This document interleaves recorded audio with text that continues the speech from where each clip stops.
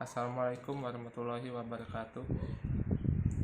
Nama saya Muhammad Irfan Gunawan, NRP 13 2017 114. Di sini saya akan menjelaskan tentang transformator.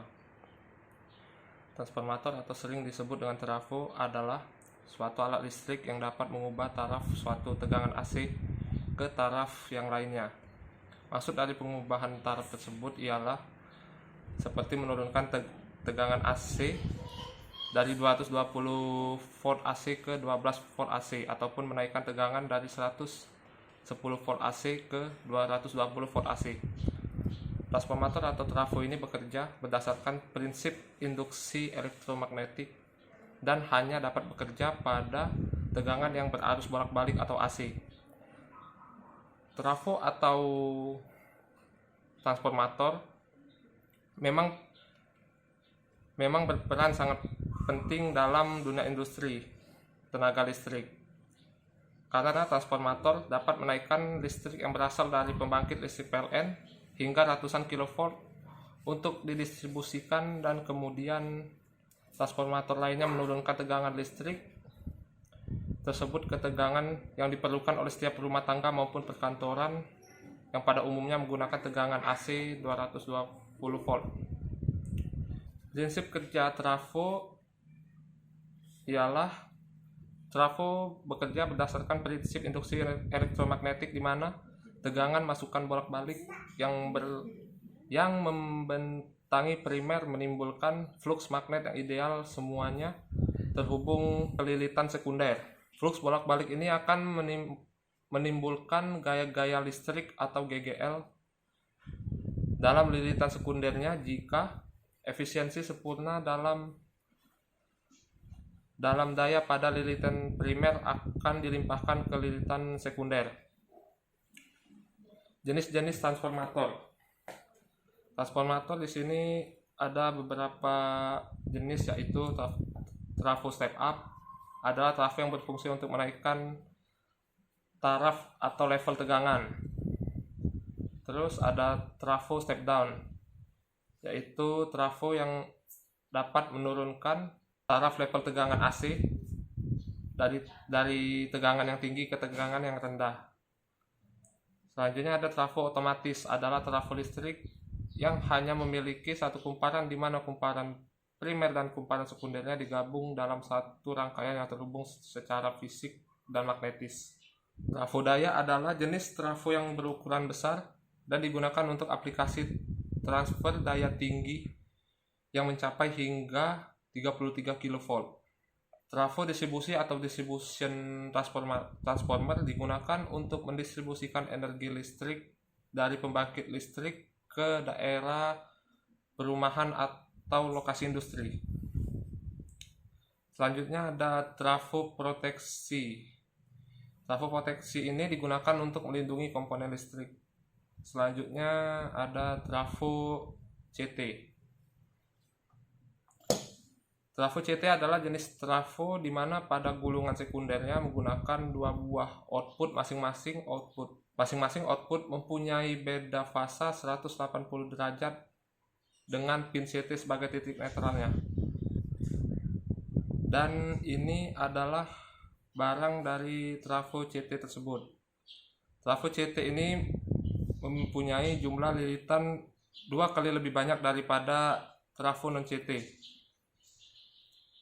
Trafo CT biasanya digunakan untuk membuat rangkaian power supply simetris gelombang penuh, seperti kebanyakan dipakai untuk amplifier zaman sekarang yang mempunyai kutub positif, negatif, dan netral. Di sini terlihat ada tulisan CT di sini. Kalau trafo CT ini arusnya dibagi menjadi dua, yaitu sisi kiri dan sisi kanan. Di CT ini tertulis 500 mA. mA itu yaitu miliampere. Trafo CT ini yaitu trafo step down. Jadi ini untuk menurunkan tegangan. Di sini ada 0, 110, 220 ini untuk masukkan PLN, dan keluarannya yaitu di sini ada 6 ampere, 6 ampere, 19, 12, 9, 9 dan 12. CT ini sebagai titik netral dari trafo ini, dan trafo ini pun tidak dapat digunakan, dan trafo ini pun tidak semua arusnya bisa dipakai karena trafo ini terbagi menjadi dua tadi. Fungsi dari trafo CT yaitu mengkonversi besaran arus pada sistem tenaga listrik dan besaran primer menjadi besaran sekunder untuk keperluan sistem metering dan proteksi. Yang kedua yaitu mengisolasi rangkaian sekunder terhadap rangkaian primer sebagai pengaman terhadap manusia atau operator yang melakukan pengukuran. Yang ketiga yaitu standarisasi besaran sekunder, contoh arus nominal 1 ampere dan 5 ampere. Konstruksi trafo dibagi menjadi 3, yaitu inti besi yang berfungsi untuk memudahkan jalan fluks magnetik yang timbul akibat arus listrik melalui kumparan. Inti besi ini sendiri terbuat dari lempengan besi pipih yang memainkan peran sebagai isolator untuk mengurangi panas. Yang kedua adalah kumparan trafo. Kumparan trafo yang terbentuk lilitan kawat dengan fungsi isolasi yang membentuk gulungan atau kumparan itu sendiri terdiri dari kumparan primer dan kumparan sekunder yang pada praktiknya dilakukan mekanisme isolasi baik terhadap inti besi maupun antar kumparan dengan isolasi bentuk padat. Yang ketiga adalah busing. Busing sendiri menjadi penghubung antara pengantar trafo dengan jaringan luarnya. Selain itu, busing juga menjadi penyekat antara konduktor tadi dengan tangki trafo.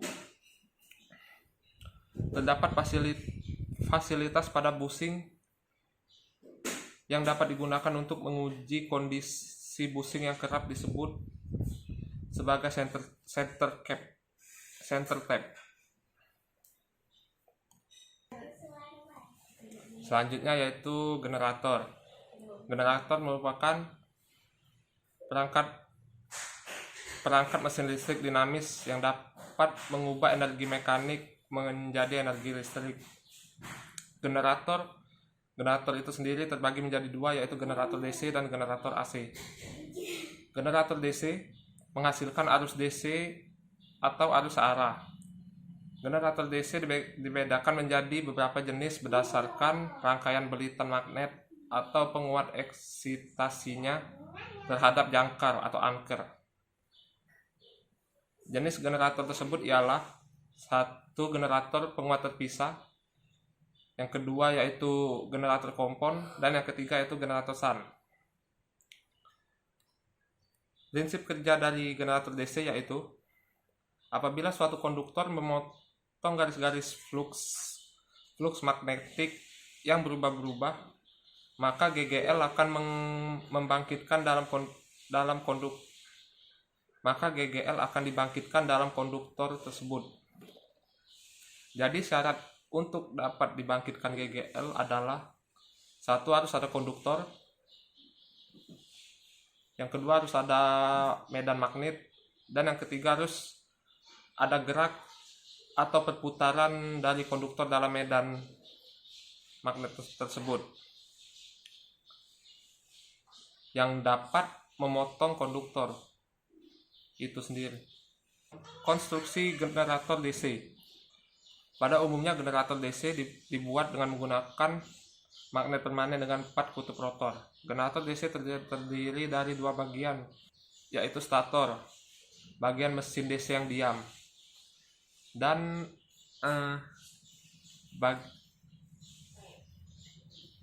rotor, yaitu bagian generator DC yang bergerak atau berputar. Bagian stator ini terdiri dari rangka motor, belitan stator, sikat arang, bearing, dan terminal box. Sedangkan bagian rotor terdiri dari komutator, belitan rotor, kipas rotor, dan poros rotor. Belitan rotor yaitu keberadaan struktur belitan stator dan rotor dengan magnet permanen. Komutator adalah saklar listrik putar pada motor dan generator secara berkala membalikkan arah arus antara rotor dan sirkuit eksternal, yaitu stator, bagian mesin DC yang diam, dan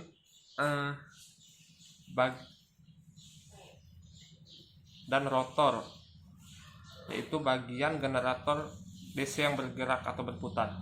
Bagian stator ini terdiri dari rangka motor, belitan stator, sikat arang, bearing, dan terminal box. Sedangkan bagian rotor terdiri dari komutator, belitan rotor, kipas rotor, dan poros rotor. Belitan rotor yaitu keberadaan struktur belitan stator dan rotor dengan magnet permanen. Komutator adalah saklar listrik putar pada motor dan generator secara berkala membalikkan arah arus antara rotor dan sirkuit eksternal. Blok terminal, salah satu dari 2 atau lebih titik koneksi skrup serupa pada titik-titik ini menggabungkan banyak satu perangkap disebut strip blok.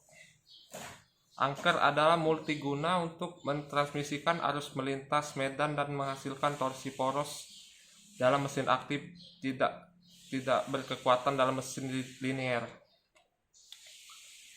Kutub stator memiliki beberapa batang konduktor dalam slot-slot ujung kumparan sebagai tempat belitan stator.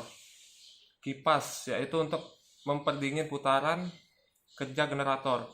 Poros adalah mencegah gas hidrogen keluar ke atmosfer, dan tekanan gas hidrogen ke dalam alternator lebih tinggi dari tekanan udara luar.